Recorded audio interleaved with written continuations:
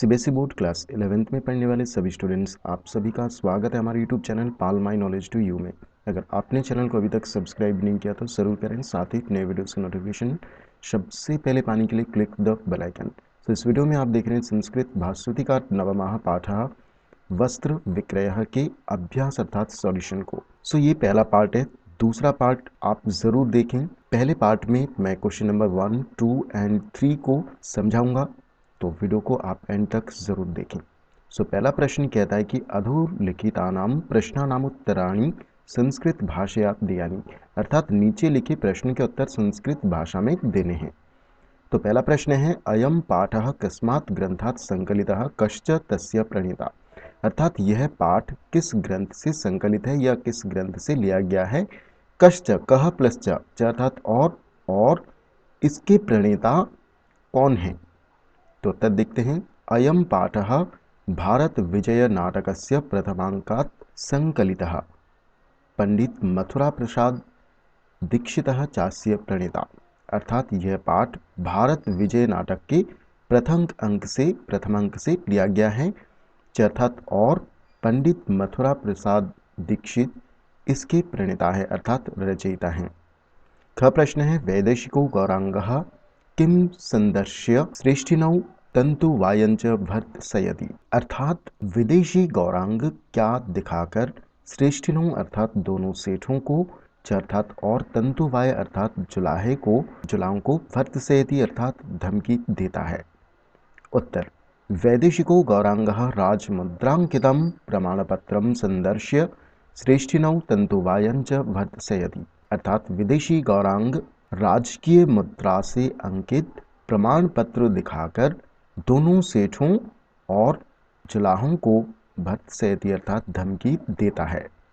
ग, तंतुवायन कथम पटः निष्पादितः, अर्थात जुलाहों के द्वारा किस प्रकार वस्त्र निर्माण किया जाता है। तो उत्तर, तंतुवायन षड्भिः मासैः रात्रिन्दिवं परिश्रम्य पटः निष्पादितः, अर्थात जुलाहों के द्वारा 6 महीने रात्रिन्दिवम अर्थात रात और दिन परिश्रम्य अर्थात परिश्रम करके वस्त्र बनाया जाता है। घ प्रश्न, यन्मया निश्चीयते दीयते च तदेव मूल्यमिति कथम कस्यास्ति, अर्थात जो मैंने निश्चय किया है वही मूल्य में दे रहा हूँ। ये जो कथन है, इति कथनम अर्थात ये कथन कस्यास्ति अर्थात किसका है। तो उत्तर है, यन्मया निश्चीयते दीयते च तदेव मूल्यमिति कथनम वैदेशी गौरांगस्य अस्ति, अर्थात जो मैंने निश्चित किया है वही मूल्य मैं दे रहा हूँ, ये कथन विदेशी गौरांग का है। अंग, तंतुवायाः कीदृशस्य पटस्य निर्माणं कुर्वन्, अर्थात जुलाहों ने किस प्रकार के वस्त्र का निर्माण किया। तो उत्तर है, तंतुवायाः अति सूक्ष्मतरस्य अतीव सुंदरस्य च पटस्य निर्माण कुर्वन्, अर्थात जुलाहों ने अति सूक्ष्मतरस्य अर्थात बहुत महीन और अति सुंदर वस्त्र का निर्माण किया। च यूयं निर्मितान् पटान् मह्यं दत्य इति कः कान् प्रति कथयति, अर्थात तुम निर्मित तैयार किए गए वस्त्रों को मुझे दो, ये कौन किससे कहता है। तो उत्तर है, यूयं निर्मितान् पटान् मह्यं दत्त इति वैदेशिक गौरांगः तंतुवायान् प्रति कथयति, अर्थात तुम तैयार किए गए वस्त्रों को मुझे दो, ऐसा विदेशी गौरांग तंतुवायान अर्थात जुलाहों से कहता है। छ, गौरांगः तंतुवायान कथम निष्कायति, अर्थात गौरांग जो विदेशी गौरांग है वो जुलाहों को किस प्रकार बाहर निकाल देता है। तो उत्तर है, गौरांगः तंतुवायान गलहस्तेन निष्काशयति, अर्थात गौरांग जुलाहों को गले से पकड़कर बाहर निकाल देता है। ज, वैदेशिको गौरांगः तंतुवायान कया ताड़यितुं भर्त्सयति, अर्थात विदेशी गौरांग जुलाहों को किससे मारने की धमकी देता है। तो उत्तर है, वैदेशिको गौरांगः तंतुवायान कषया ताड़यितुं भर्त्सयति, अर्थात विदेशी गौरांग तंतुवायान अर्थात जुलाहों को कषया अर्थात कोड़े से मारने की धमकी देता है। अब देखते हैं दूसरे प्रश्न को। रिक्त स्थानानि पूरयत का प्रश्न है, कथम हितेन मम कुटुंबस्य डैश भविष्यतः। तो उत्तर यहाँ पर आएगा भरण पोषणे भविष्यतः। अनिर्वचनीयम सौंदर्यम डैश यहाँ पर है, तो डैश के स्थान पर क्या आएगा, एतत् पटयः। ग प्रश्न है कथमेतत् समक्षम अस्मद्देशीयानां डैश विक्रयो भविष्यति। तो यहाँ पर रिक्त स्थान में आएगा पटानाम। घ प्रश्न है शोभनम पटरम पटम निर्माय मह्यम डैश योग्यम डैश भविष्यति। तो यहाँ पर आएगा दत्त, मह्यम दत्त अर्थात मुझे दो, योग्यम और यहाँ पर आएगा मूल्यम भविष्यति अर्थात उचित मूल्य होगा। अंग प्रश्न है यूयम पटान निर्माय डैश सविधि विक्रणिद्वे। तो यहाँ पर आएगा श्रेष्ठिनाम सविधि विक्रणिद्वे। चलिए अब देखते हैं तीसरे प्रश्न को। सप्रसंगम व्याख्यायन्ताम अर्थात प्रसंग के साथ व्याख्या कीजिए। युष्मत् कटुम्बर रक्षायै न प्रतिज्ञा कृता मया कथम रक्षा भवेति तत् त्वं जानीहि ब्रजाधुना। तो देखिए सबसे पहले मैं प्रसंग में आपको बता देता हूँ कि प्रस्तुत गद्यांश हमारी पाठ्यपुस्तक भास्वती के प्रथम भाग के अध्याय वस्त्र विक्रय से लिया गया है और यह अध्याय पंडित मथुरा प्रसाद दीक्षित द्वारा रचित भारत विजय नाटकम के प्रथम अंक से लिया गया है। और प्रस्तुत पाठ में वस्त्र व्यापारियों के साथ जुलाहों का वस्त्र विक्रय के लिए जो वार्तालाप होता है उसी के विषय में ये बताया गया है।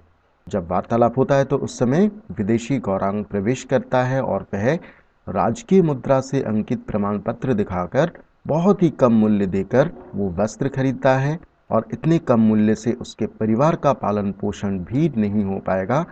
ऐसा कहने पर जुलाहे के प्रति क्रोध करता हुआ विदेशी गौरांग ये कहता है कि युष्मत् कुटुंब रक्षायै न प्रतिज्ञा कृता मया, अर्थात युष्मत अर्थात तुम्हारे कुटुंब अर्थात परिवार की रक्षा की न प्रतिज्ञा कृता मया अर्थात मैंने प्रतिज्ञा नहीं की।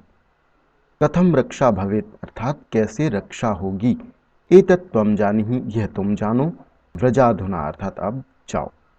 तो ये थे व्याख्या। अब ख प्रश्न देखते हैं।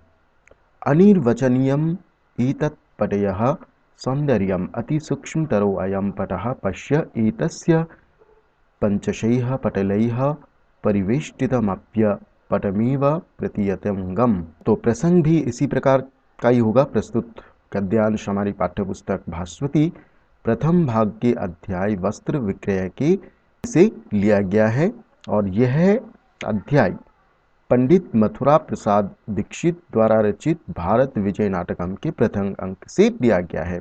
तो प्रस्तुत पाठ में ये जो गद्यांश है इसकी बात हो रही है। तो जो जुलाहे और व्यापारियों के साथ वस्त्र विक्रय के लिए जो वार्तालाप होता है उस समय विदेशी गौरांग प्रवेश करता है और वह राजकीय मुद्रा से अंकित प्रमाण पत्र दिखाकर बहुत कम मूल्य देकर वस्त्र ले लेता है और उन्हें डांट कर जुलाहे को वहां से भगा देता है।